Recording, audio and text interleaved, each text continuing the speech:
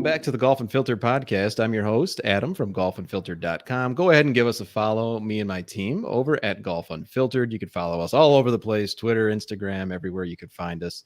And of course, you could also follow me individually at Adam J. Fonseca on Twitter. But joining me today for the second time since February is the founder of Sharp Focus Nutrition, Brinson Paolini. He is a partner of the Golf Unfiltered podcast. Brinson, how are you? I'm doing great. Good to be back. Appreciate you having me.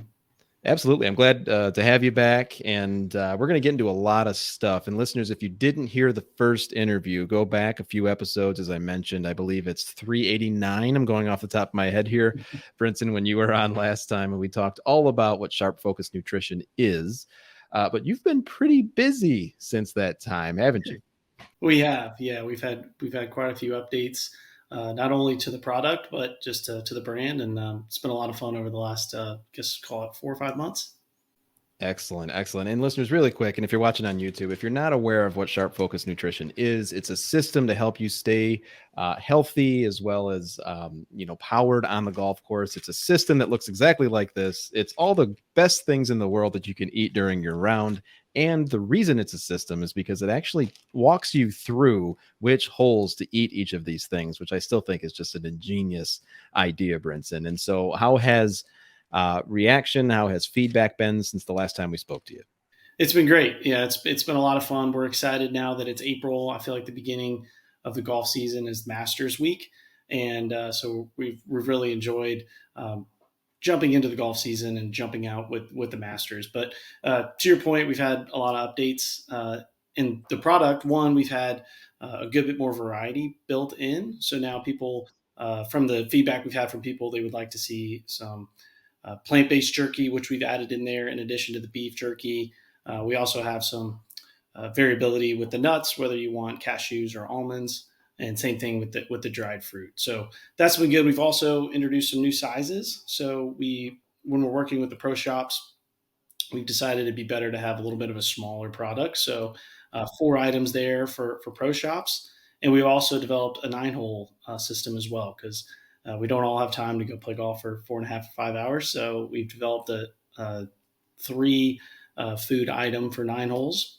But really the big development for us is that we've partnered with the Hurricane Junior Golf Tour, HJGT, and it's the largest junior golf tour in the country with over 350 tournaments. And that has been a blast. We've gone to about a handful of tournaments now, passing out the product and working with the juniors and their parents, just trying to educate them on nutrition.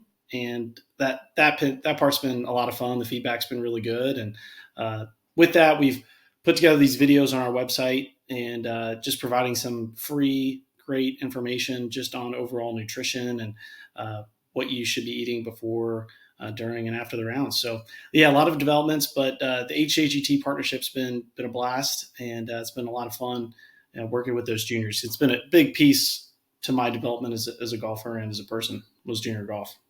Oh, yeah. I mean, it's I think a lot of people listening to this could say the same regarding junior golf. And so how did you get involved with that tour? I mean, that is a massive tour. And I imagine that the kids just love learning a little bit more about how they can stay in the game longer.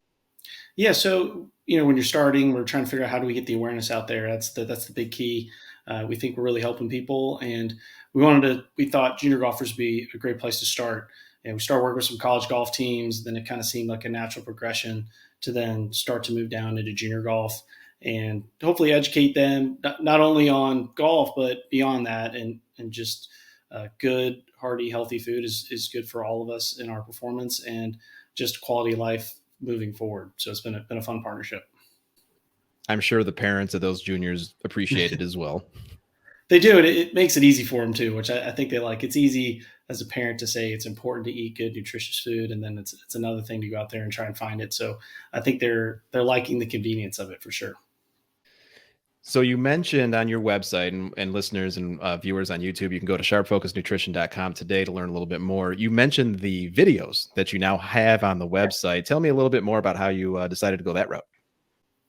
Yeah, so there's so much great information out there on what you should eat, when you should eat it. And we've put all that into Sharp Focus Nutrition. We've worked with the neuroscientists and the nutritionists and put that in there. But we thought, man, there's all this great information. We should put it out there for people just to listen to and benefit from. And so there's short videos ranging anywhere from a minute to 5 minutes, but they're jam-packed with a lot of really good information. And they're also on YouTube as well, so you can go on to either one of them. But that was really the idea. We just want to be able to get the information out there and help people. And they were fun putting them together. As we were researching Sharp Focus, it's like, God, all this great information. And there's not much out there on nutrition, on performance. There's a lot out there on technique, and there's all these different people teaching all these different things. But the research is pretty clear when it comes to nutrition. And so we thought it would be a good opportunity to go out there and try to help people. Now, you partnered with some pretty smart people to make these videos, if I understand correctly, right? We did. Yeah. Working with nutritionists and one very close person, I think I might've mentioned last time, but my sister's actually an MD PhD. So she's an MD and she has her PhD in neuroscience. She also played collegiate golf. So she's very smart. She understands golf. And so she's a big part of it as well, helping us gather all the research, put us in touch with the right people, how we're going to be able to communicate this in clear, concise ways to help people go out there and have tangible action items. That's big for me. I think we want to have action items. It's one thing to speak in theory. It's another thing to give people things that they can actually do and lean on to not only perform their best, but to just increase their quality of life. Right. And, one of the pieces of feedback that I received after your first appearance on the show was, it's nice that you're giving us steps to take as opposed to just telling us something like, oh, just eat healthier, right? I mean, everyone knows that they need to eat healthier. Everyone knows that they need to play their best golf while, eating healthier, and that allows them to play their best golf rather. So was that always just the approach to provide actionable items for everybody using the product? Absolutely. I think I've been very fortunate in my life to work with a lot of really smart or coaches, whatever you might call it. And I always struggled when people would give me theory. Theory is Right. great. And I love theory, but it's hard to go out there and do it. If someone's telling me to stay in the moment or make sure you stay, healthy and eating and all these things, it's okay. What does that mean? How do I go out there and do this? And so, yes, that was a big part of it. We want to be able to make it as simple as easy for people to be the best that they can be. So when we were talking prior to you coming on, I know you wanted to talk a little bit more about, you don't just do nutrition stuff. You talk about, you've written a book, for example, and I'm a big reader. Listeners to the show know that I've read a lot of sports fitness and psychology books recently. Why don't you let our listeners know a little bit about the book that you wrote and why you decided to write it? Yeah, so it started during the pandemic, and the world shut down. I was playing golf professionally, and there wasn't anything going on. And so at that time, I said, "Hey, I'm going to start doing something." And I've been fortunate to work with some great instructors, both on the technique side and on the mental side. And I wanted to bridge that gap and help people with things that go beyond just pure technique and just pure psychology. And so what the book was it's called The Practice of Golf, and it really talks about how to practice and how to get the most of that to improve your game on the golf course. And it really kind of bears from my own experience when I was in college and I was at Duke and I played I played collegiately there. You didn't have much time on your hands. So right. when you're on the range and you only got 2 hours, you better be efficient. Yeah. And I was extremely efficient in college, and I got a lot out of my practice. And then I turned professional, and I thought, man, how good am I going to get now? I have the entire day. But what happened was my practice got way less efficient. And you're like, oh, I can get to that part later. I'm struggling with my iron play. I'm going to go spend a few hours on my iron play. And the next thing you know, your pitching and your chipping goes. So really the book is about how the balancing act of really the kind of 4 areas of golf. In my mind, you have putting, you got finesse wedge play, distance wedge play, and then full swing. I mean, those are the 4 areas of the game. And it's kind of whack-a-mole in golf because we're trying to keep those 4 areas consistently in check. But a lot of times we spend a little bit too much time on our driving if we're struggling, then the putting will go. So the book, it kind of talks about my own experiences, but it gives actionable items, actionable drills for how you should be structuring your practice to improve and really take that game from the driving range to the golf course, which is what I feel like people really struggled with and would come to me with that complaint so much. Oh, I'm improving so much in practice and I can't take it to the golf course. So, okay, well, let's come up with some actionable items to help you take that leap. You know, it's interesting you say that because I've been really big lately on playing the game as opposed to focusing on mechanics. Is it is what you're saying kind of fall into that? For sure. Golf is a game that's meant to be played. And that's for sure. And technique is very important. There's no doubt, but there's a time and a place for technique. So I mentioned those 4 areas of the game, and that's how I really structured it and think about it in my mind. And if on each area of that game, you have 3 areas. So you got your technique, which is important to your point, but then you're going to want to do some practice, and then you're also going to want to compete. So those are the 3 main areas. And for me, I got to the point where I do all of my technique work away from the golf course. So I do mirror work at the house. I'm working on my technique. I'll do my putting technique work on a mat, making sure I'm starting the ball on line. And so I encourage people to do that. And then when you get on the golf course, to your point, you can just go be an athlete and, be the best that you could be and not have to think about where I'm going to put the club and where the putt needs to be and all those types of things. But technique is important. And that's where it can be a bit of a challenge, because I would work with these sports psychologists and they would say, hey, don't think about your swing, just think about the target and you'll play better. And yes, but it has a point of diminishing returns, right? Because eventually we all have tendencies and the tendencies start to creep back in. So we do need to be monitoring that tendencies. What are some drills and things that I could be doing to push myself away from my tendencies? And then you can go out and play golf and not think about it. So is good practice establishing the foundation or a habit, maybe, I don't know if that's the right word, to respond to pressure on the course? Yes, absolutely. Absolutely. So we're going to do, if you kind of follow the system that I've put together in the book, is you spend a little bit of time on technique, make sure things look pretty good. We'll take putting, for example. Putting's a good example. There's 3 main skills in putting. You got to start the ball in line, you got to be able to control your speed, and you got to be able to read the green. So we're going to hit all 3 of those kind of early on to make sure, okay, can I start the ball in line? Am I controlling my speed? Do I have a general understanding the break of this green is going to do? And then from there, we're going to move on from technique and we're going to go into random practice. And there's a lot of drills I put together in that book that talk about random practice that will help you not just sit there and hit the same putt over and over and over again. Because that's, once you can establish that you can start the ball in line and you have 1 or 2, it's time to move on. There's no point in sitting there. Golf's a variable game. You're not going to have that same putt twice in a round. So we want to get out there. We want to hit random putts. And then lastly, you want to compete. And that's to your point, Adam, is we want to go out and there's a series of drills where there's a score we need to achieve in order to move on. And to me, that's where you could generate a lot of really good confidence, because not necessarily digging it out of the dirt, because you can be extremely efficient and you can go out there and putt for 20 minutes and you could hit all 3 of those and you're going to improve. I promise you will improve, because you're working on all the skills that are necessary to be a good putter. And if you go out there, and I did it before, I would struggle with putting and I'd have putters out there and I'm this grip and that grip and, let's hit some 20 footers and then let's hit some 6 footers. I mean, I get it. I'm that guy. I totally understand, but that's not how we're going to improve.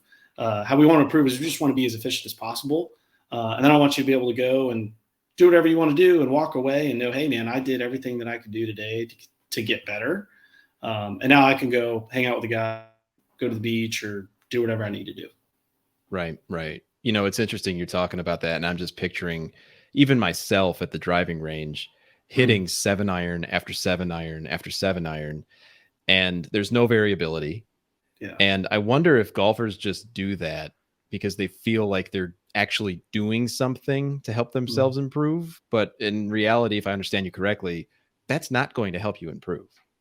No, I mean, how 7-irons do you think you're? And I've done it too. You sit there and it's fun to hit a 7-iron off a surface with no wind out into a driving range where there's no consequence if you don't want to. You just shuffle in another ball and do it again. So, but Right. that's what people know, and I totally understand it. And you're going to try swing thought from someone you saw on YouTube or Instagram, and if it doesn't work, you'll try another one. But that's very difficult to improve that way. I mean, when we go out and play golf, every shot's different. You got different lie, different wind, different hole location. And so what I've worked to do is try to create some of those scenarios on the driving range to help that. So when you get on the golf course and you can't miss it right, you've practiced that. Okay, I saw a 5-iron and it can't miss right. And there's going to be a consequence there if you do that. And it's just put in less effort and get better. I mean, I like that. It's kind of, we want to be able to be as efficient as possible. So we're not just beating our head against the wall because I've experienced that. And it's just not a lot of fun when you feel like you're doing everything you can to improve and you're not improving. Is very frustrating. Yeah, that rings true with me. One of the best golf lessons that I've ever received, the instructor told me, "You're working too hard to play bad golf." Like I would get so sore. I would get sore. I would be sweating. And he's like, you're doing too much. Doing too much. You got to do less, man. You got to do less. Absolutely. Yeah. So sharp focus nutrition, if I'm understanding you as the entrepreneur, obviously you've got the background, you've played with some of the biggest names that we talked about in the first episode. You've got the nutrition, you've got the book. Are you setting sharp focus nutrition up to be much more like an experience to improve your game? Definitely. I think it really bore out of my coaching. When I wrote the book and I started coaching and working with people, and I would talk about nutrition, I'd say how important it was. And I wasn't able to really give them a product to go do. I was like, hey, you got to read this. These are the things you need to do, stay away from. So really it's kind of all holistic approach is kind of how I view it.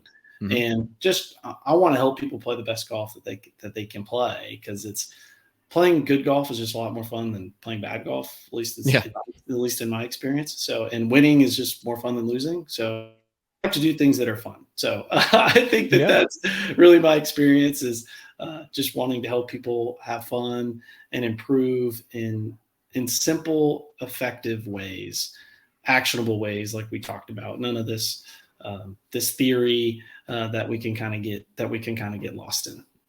Yeah.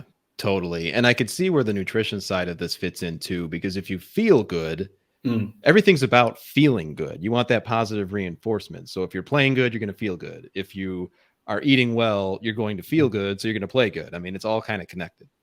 It's very difficult to do any of this stuff that we talked about if you don't have the proper fuel to do it. If you're a big believer, you really need to be in the best frame of mind that you can be in before you blame your technique, and nutrition and hydration is a part of that. So if you don't have the fuel and you made a bad decision coming down, well, we're going to need to start with you forgot to eat, the good opportunity to perform your best if you don't give yourself that fuel. Yeah, totally agree with you. And that's something as I'm later on in or growing more in my golf experience and learning more and talking to people like yourself, I'm realizing how important that is. As we talked about in the first episode, you can't just go to the course and expect to just eat horribly, drink whatever you want, and expect better results. Now there's a time and a place, listeners. People are going to yell at me, Brinson. They're going to say, oh, no, you can go do that from time to time. But if you want to play your best, listen to what Brinson's telling you. You have to put the right fuel in your body. Do I have that right? Yeah, I get it. We want to go out. We want to have a few drinks and want to play. A lot of my friends do that, but you got to eat while you're having a few drinks. So there's no reason that you can't eat good food while you're having a few beers while you're playing. There's no doubt that, I have friends and people that are using Sharp Focus. They're having a few drinks and they're enjoying themselves, and that's totally fine. It's going to be way better for you than having the hot dog or the hamburger and all those types of things. But yes, I mean, if you're out there and you're playing a tournament and you really want to, whatever your goals are, win the club championship, qualify for the state mid amateur, state amateur, be a professional, win at the highest level. I mean, these are all, it doesn't matter what you're trying to achieve. The steps to get there are the same, and practice, technique, all of these things go into it. There's so much that goes into golf. I think that's why we love it so much. It's such a holistic game, and so much goes into playing well. That's why we need to appreciate those good days when we play. I look back on my playing career, and I wish I would have been easier on myself and given myself credit when I had a good day. Like, man, today was a great day. Like, way to go. I really encourage everyone I work with and talk to. The first question you ask yourself after you play is, what is great? Like, it's so easy to just focus on all the mistakes, the bad things, but man, what did I do great today? And reinforce that as much as you can. That's a great message. Definitely. And listeners, once again, we're talking to Brinson Paolini. He's the founder of Sharp Focus Nutrition. Brinson, the first time you were on, I shared a story about how much I enjoy, certainly on the golf course, but I enjoy your product just kind of sitting at my work desk. Yeah. This time I've got two to show you, to tell you. I've got a lot of friends who have young children. And they're like, you know what? These are, so I hand these out to everyone that I know. I'm like, look, my buddy Brinson, he sends me these. I got to try these out. They don't even play golf. They're like, this is the perfect thing to go watch soccer games or to give the kid who won't eat anything because they love it so much. So that's one. The other is, and I'm going to say this right now, listeners, don't do this. But my other friend was like, I love bringing these into the movie theater. Oh, nice. He's like, I just sneak them into my hoodie and this is perfect for a movie. So those are the two I got for you this time. I love that. Oh, I mean, I think we've all snuck in some food into movie theaters. I love that. That's a great idea. And to your point about soccer, I mean, I think I mentioned this last time, but we're starting in golf because we know golf, but continue to get the feedback that we think it could be applied outside of the game of golf for sure. I think we can help people or kids and whatever their aspirations or facets of their life might be.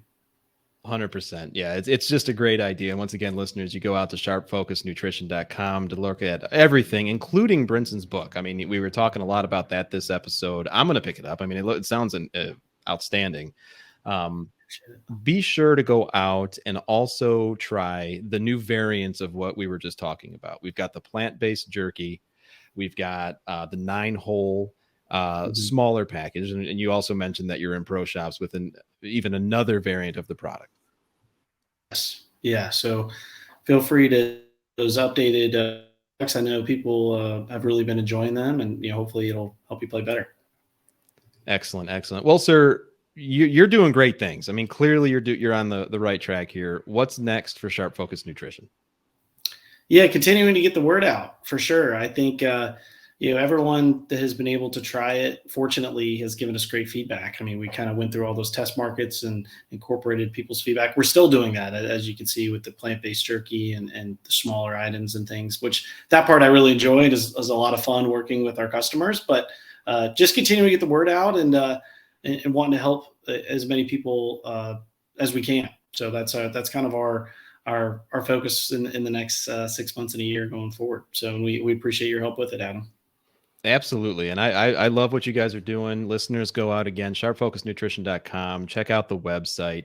And I got to make the other sponsors happy too here, Brinson. If you like what I'm wearing, this Rhoback, did you know that we have a promo code? Use GU15 at Rhoback.com and save some money. Go do that. Pick out some good stuff. They're always putting new things in there. So Brinson Paolini, founder of sharpfocusnutrition.com. Brinson, thanks so much for coming on.